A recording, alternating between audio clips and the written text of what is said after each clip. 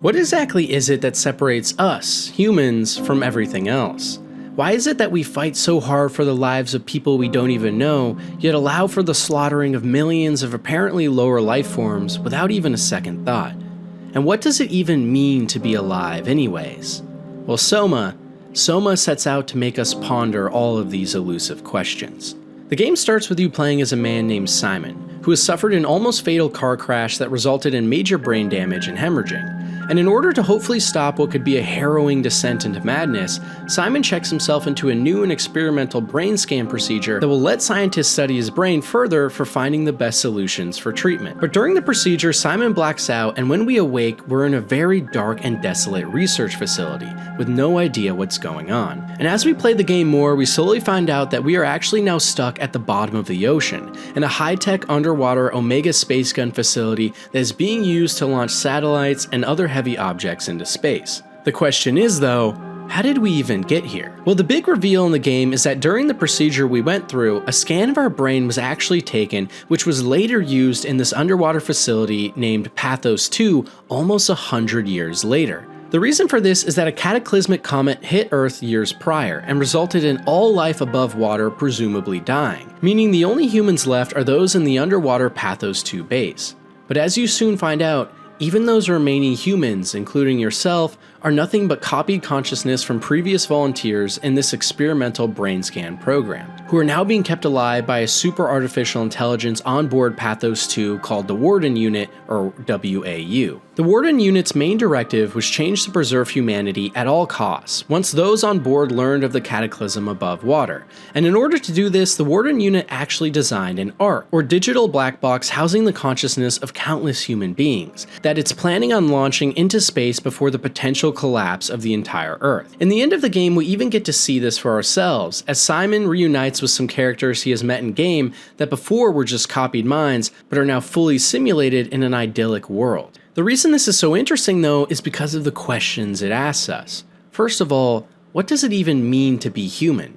We go through a large portion of the game thinking we are a man going through some sort of nightmare, but come to the realization that everyone we have been talking to, including ourselves, is nothing but a robotic construct, which makes us start to question our very own reality. Is the Simon we play as at the start of the game, one with flesh and blood, a body of his own, the same Simon that is housed in that robotic underwater diving suit? If Simon's consciousness were to be uploaded again into another machine, would that then stop being Simon?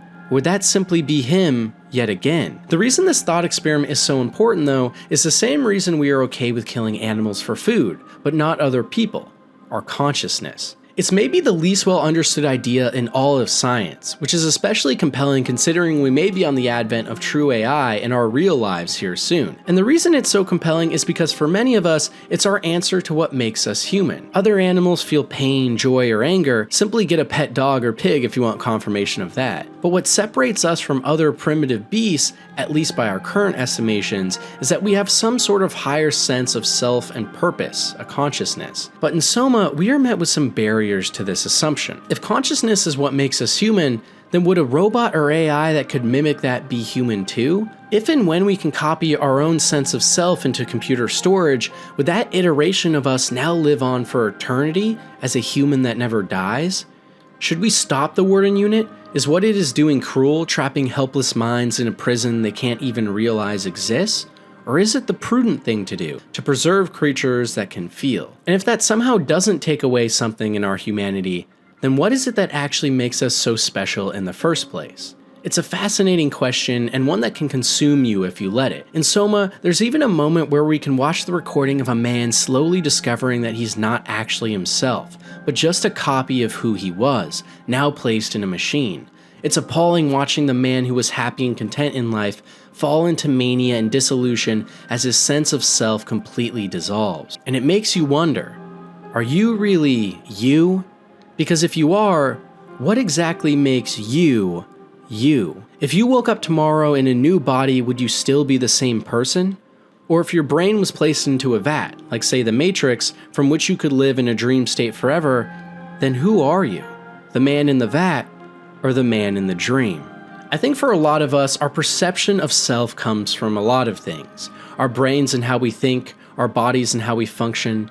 But if that conjunction too is nothing but an amalgamation of neurons that can join into what we call consciousness, then maybe humans are nothing more than a sophisticated machine, whose true end goal of living on forever in the stars might just be a solution like we see in Soma and the Ark. Or maybe we don't even need us. Maybe the formulas and algorithms intrinsic to humanity can be solved.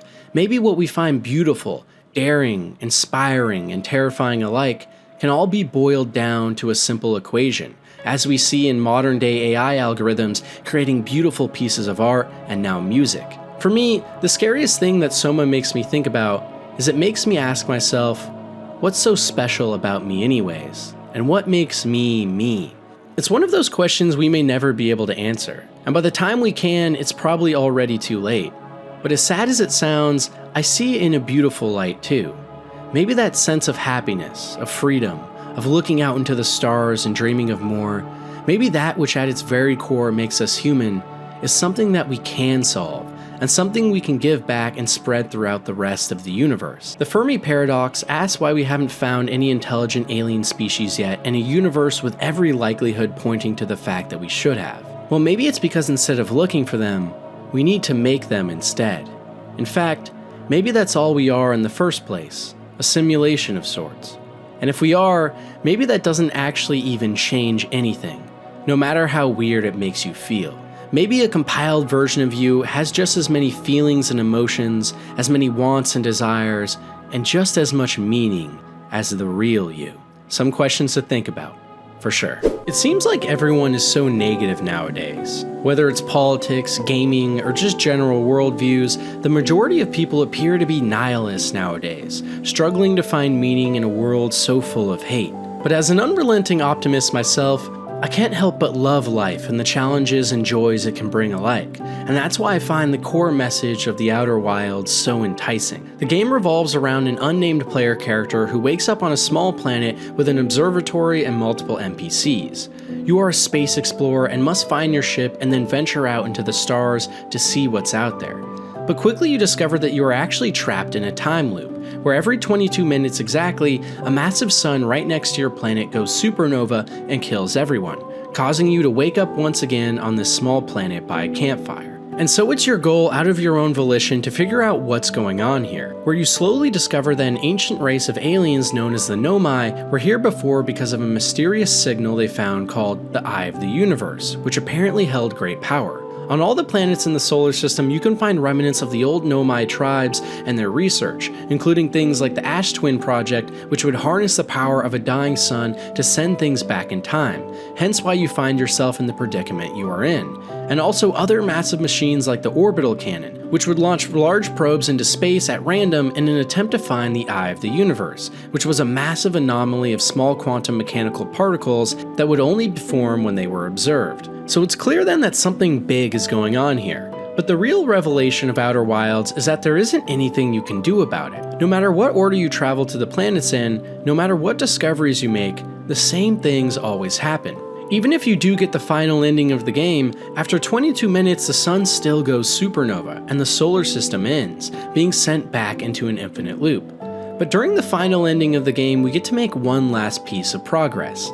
Finally finding the hidden coordinates to the Eye of the Universe, the player is able to warp themselves to its location using ancient Nomai vessel technology, and there they find quantum versions of various characters they have met before, who can work together to create a big bang that will give rise to a new universe entirely. The message of the game, at its very core, is that no matter what you do, the universe is coming to an end, and this Eye of mysterious power will create a new one entirely, no matter what your actions are. It's nihilism in its purest form. Nothing we do matters, no choice we make affects anything, the universe's values and structure cannot be known or communicated, we simply exist and we have no real purpose. But to me, Outer Wilds is a game about accepting this lack of purpose, and instead seeing our lives for how great they can be. The game is a perfect example of the phrase, "It's not about the destination, It's about the journey. Sure, no matter what we do, this universe is teetering on a path of destruction and rebirth, but the beauty in it all is those moments we have on each planet, and with each character before its death. Outer Wilds isn't about discovering a universe that is about to be forgotten forever, it's about just finding and enjoying the little things, those small revelations we make, those slower moments where we come across characters playing music into the echoes of eternity, about taking in every little moment in our lives and realizing while it all may be pointless, maybe we can make it meaningful all on its own. You know, this game has a DLC that a lot of players haven't seen called Echoes of the Eye, where we get to learn about another ancient and highly sophisticated race that also found the same signal of the eye in our solar system. And we learn that they too created massive machines to try and figure out its meaning. But these owl-like creatures did, and what they discovered was that the eye was a quantum consciousness of sorts that was going to destroy and recreate the universe for some unknown purpose. And when we end the game using the final DLC path, we get one final cutscene where we can see the player character and a powerful creature called the Prisoner helping each other to create a new universe, with bright colors and hope all around. The reason Outer Wilds is so powerful is because it asks us one of the most beautiful questions of all time. Maybe life is meaningless. Maybe everything we do is without a real purpose, but maybe that's okay. Maybe that's what makes life so beautiful in the first place. Outer Wilds is about accepting the fates we have in our own life, the good and the bad, and realizing that it's the journey and the venture we go out on that makes us human. And also it's about daring to accept our futures, ones where our entire universe may be dying, but that it could lead to something even more beautiful in the future. In the Outer Wilds, we're taught to be optimistic in the face of nihilism, and instead embrace a future and universe we can never predict. And it's a message I personally very much align with, because while I am one of the very few who found the game to be lacking in many ways, the story and meaning behind it all is one of the greatest tales ever told. Life isn't about being in control or understanding everything. Sometimes in our lives we'll face obstacles the likes of which we never expected, and we can never predict the outcome. But it's in these moments and how we handle them, how we construct our journey, how we learn from the elders of our past and their echoes, and how we forge a new world for those in the future that give life a meaning that can't be taken away, even in the last breaths of a dying universe. It's one of the most profound thoughts a game has tackled, and in my opinion, it did it in such a great way. Nowadays, everyone's so negative, and I know why, because it's easy. It's easy to look into the void of the universe, into the void of your mind, and give up. To assume that because you have no real effect or purpose, that you're meaningless. But the real courage comes from those who can look into that ether and realize that maybe that just gives us the most meaningful life of all, to fill our worlds with purpose and respects to the past and hope for the future.